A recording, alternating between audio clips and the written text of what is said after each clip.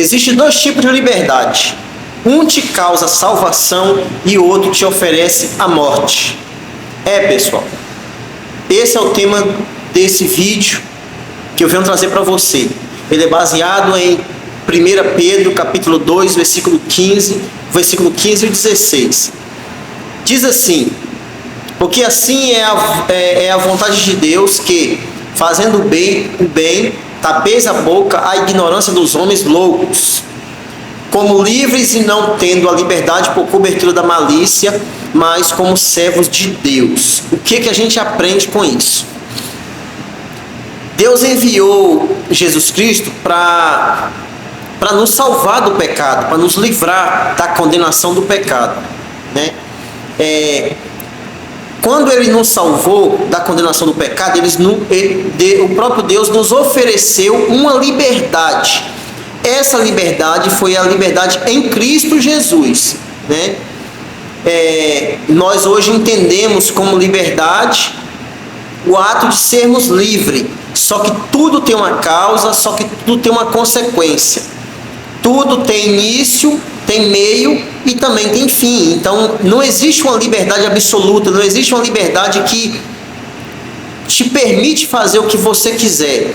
Existe uma coisa que é chamada de livre-arbítrio. O livre-arbítrio te dá a possibilidade de você fazer o que você quiser, só que não te livra das consequências, né? As consequências vão vir.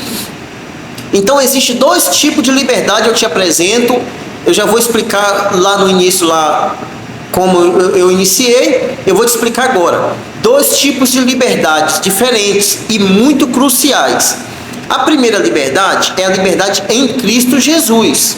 Essa liberdade, ela te dá um começo, te dá um fim, e ela te livra da condenação do pecado. O pecado não tem mais poder sobre a sua vida, o pecado não tem mais poder sobre a sua família. Por outro lado, nós temos a segunda opção, que é a liberdade humana. Essa liberdade terrena, ela é uma liberdade parcialmente absoluta. Por que eu estou falando isso? Porque passa a impressão para o ser humano, para nós, que nós podemos fazer o que nós queremos, nós podemos fazer o que bem desejarmos, só que não é assim, porque a liberdade em Cristo Jesus, você sendo livre, você sendo liberto em Cristo Jesus, essa liberdade te oferece salvação. Por outro lado, a liberdade terrena, a liberdade humana te oferece a morte, porque ela te conduz ao pecado e o salário do pecado é a morte, tá bom? Deus abençoe, fique com essa mensagem, que Deus possa cobrir a sua casa de bênção, de prosperidade, tá bom?